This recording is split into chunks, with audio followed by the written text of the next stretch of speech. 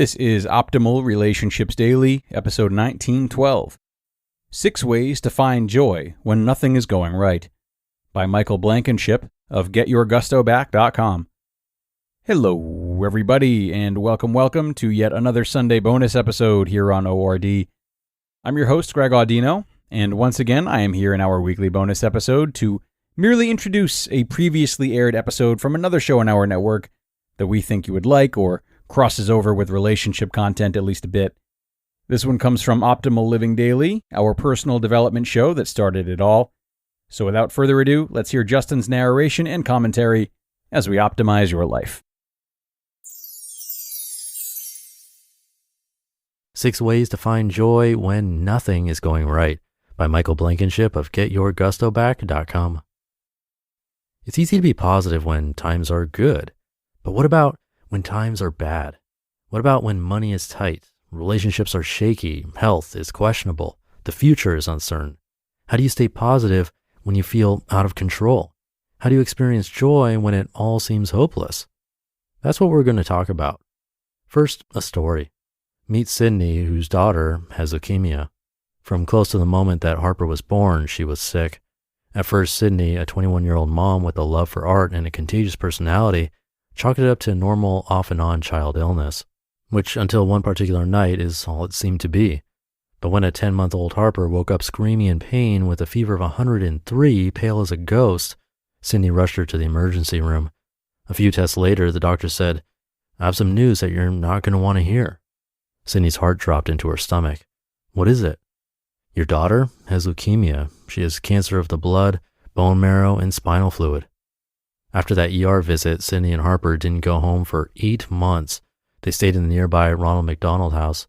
And the past 3 years have been littered with doctor's appointments, new treatments and symptoms, bills and donations, and even a messy divorce.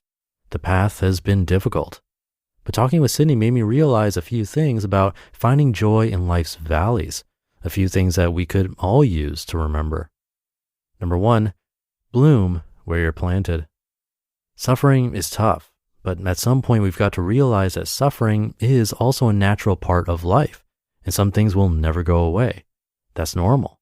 You see, there's power in accepting your situation as it is, no matter how bad. When you embrace your challenges, you can then work to do your best with what you've been given. With acceptance, you might even find that your challenges provide a unique opportunity to make an impact on others. No matter who you are, no matter what you're going through, you've got to bloom where you've been planted. That's your only option. Number 2, just show up. You'll have good days and bad days, and sometimes all you can do is show up. But that's okay. On difficult days, showing up is itself an act of bravery. So if that's all you can do today, give yourself grace. Show up, do what you can do, and remember that there's always tomorrow. Number 3, drop an anchor. When the seas of life are treacherous, you've got to drop an anchor. And your anchor can be anything that gives you a sense of control. At times, Sydney's anchor has been painting. At other times, eating a specific meal. Whatever you have control over, cling to that. It could be waking up at a certain time, drinking coffee, writing, or any other positive habit that gives you a sense of control. Number 4, find joy in creative expression. There's something really meditative about creative expression. Putting headphones in, listening to good music, and painting, drawing, writing, or even putting Legos together. Even 30 minutes of creative expression can lower your anxiety, quiet the crazy monkey in your head, and help you stay positive in uncertain times. Number 5, focus on others. When times are tough, the last thing you're going to think about is helping other people. Still, shifting your focus outward can have an unexpected healing effect. When you work to help others through their challenges, you don't only contribute to the world in a meaningful way, you also diminish focus on your own problems. And when you're not focusing on your problems, you're not suffering. It's not healthy to avoid your problems altogether, but serving others can offer a much needed respite from your own challenges and negative thoughts. For Sydney, this meant creating her online personality, Marvelous Myrna, as a way to practice her art and help others going through similar difficulties. Number 6, believe that this is happening for you. We all tend to cry, "Why me?" when we're overwhelmed by what life's throwing at us. And while that's understandable, it's also not good for our mental health. The belief that something is happening to us without our control is a disempowering belief. It doesn't matter if it's true. If it hurts us internally, then we should shift our thinking to something that empowers us. Sydney believes that this is happening for her, for others, and even for Harper. That is, there's some purpose for the suffering. Whether it's true or not, that's a very empowering thing to believe when life isn't going the way you expected. This is happening for you, not to you. You can be happy even if it doesn't make sense. It's okay to choose happiness even when your situation doesn't merit happiness. It's okay to choose joy even when your situation doesn't merit joy. You are not, after all, a result of what's happening, but a result of your perception of what's happening. Why not choose empowering perceptions? Why not bloom where you've been planted, show up, drop an anchor, be creative, focus on others, and believe that this is happening for a reason? Eckhart Tolle once said, quote, "Fear can't exist in the present moment. It can only exist as a projection of the future," end quote. So breathe. This very moment, you have nothing to be afraid of.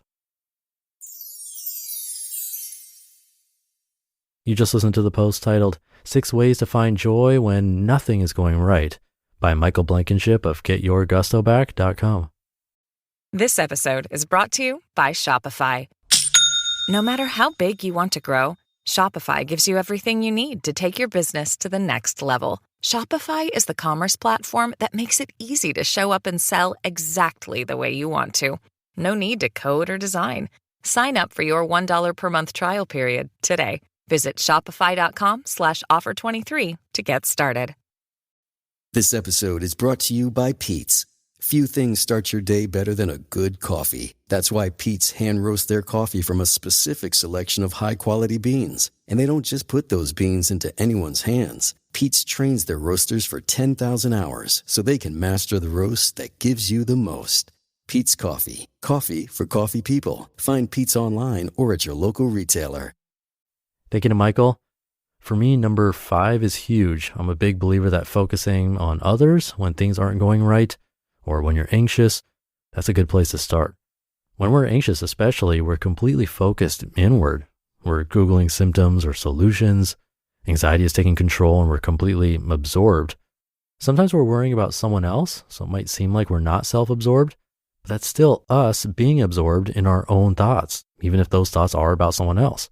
And getting out and helping someone else or focusing on other people is a great way to get out of that snowball or feedback loop and change things up. So something to try for sure if you haven't already. But that'll do it for today. Have a great day, great weekend if you're listening in real time, and I'll see you tomorrow where your optimal life awaits.